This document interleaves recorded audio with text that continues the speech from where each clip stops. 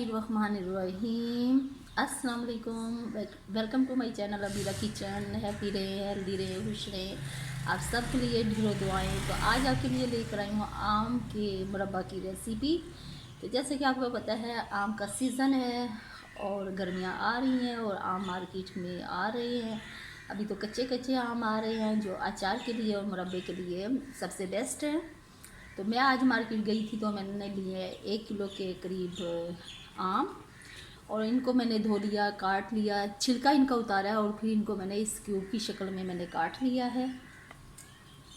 और चीनी मैंने ली है 1 पो, इसके अंदर जाएगी। या आप अपने मीठे के जायके के हिसाब से आप डाल सकते हैं, काम ज़्यादा कर सकते हैं। और इसमें सब्ज़ इलायची ली है मैंने 4 से 5 अदद हैं और दालचीनी के 2 टुकड़े हैं, इससे इनका फ्लेवर बहुत अच्छा आता है। और ज़र्दे का रंग लिया है 1 चुटकी, इससे इसका कलर बहुत प्यारा आएगा, डाला है। और इसमें हम डालते हैं ये आम और हम इसको इतना पकाएंगे कि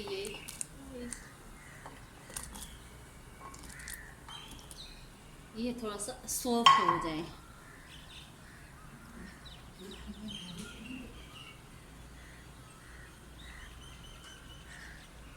हाँ, 10 से 15 मिनट हमने इसे रख दिया था पकने के लिए ढककर।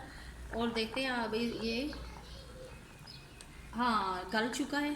पानी इसका ड्रेन करते हैं हम।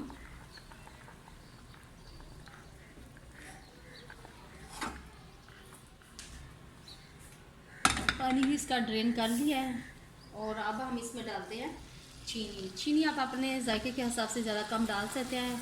1 कप मैं इसमें चीनी डालूँगी।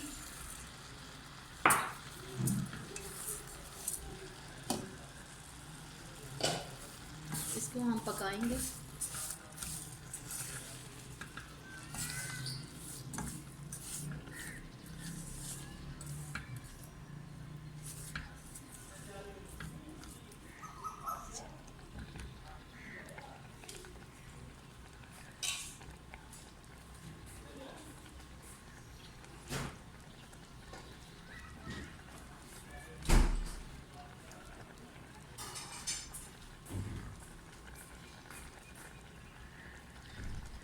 फ्लेम हम मीडियम रखेंगे और इसकी चाशनी तक बनाएंगे।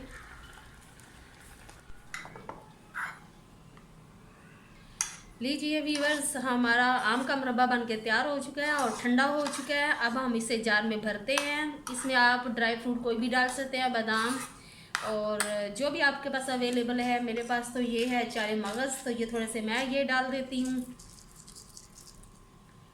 बहुत अच्छे लगेंगे, मज़े के लगेंगे। अब शीशे का जार होना चाहिए। शीशे के जार में ये काफ़ी अरसे तक आप सेव कर सकते हैं, इससे ख़राब नहीं होगा। और ठंडा करके डालना चाहिए। ट्राई कीजिएगा, आजकल आम बहुत अच्छे आए हुए हैं। ये मेरी दूसरी बोतल है, ये 1 हफ़्ते में पहले मैंने बनाई थी, 1 हफ़्ता पहले, ख़त्म हो चुकी है। अब मैं दूसरा लीजिए, ये देख लीजिएगा कितना प्यारा कलर है और ड्राई फ्रूट कितना खूबसूरत लग रहा है और यकीनन इसका टेस्ट भी बहुत अच्छा होगा और जैम की तरह है ये। और आप नाश्ते में ब्रेड के साथ, पराठे के साथ आप सर्व कर सकते हैं, खा सकते हैं।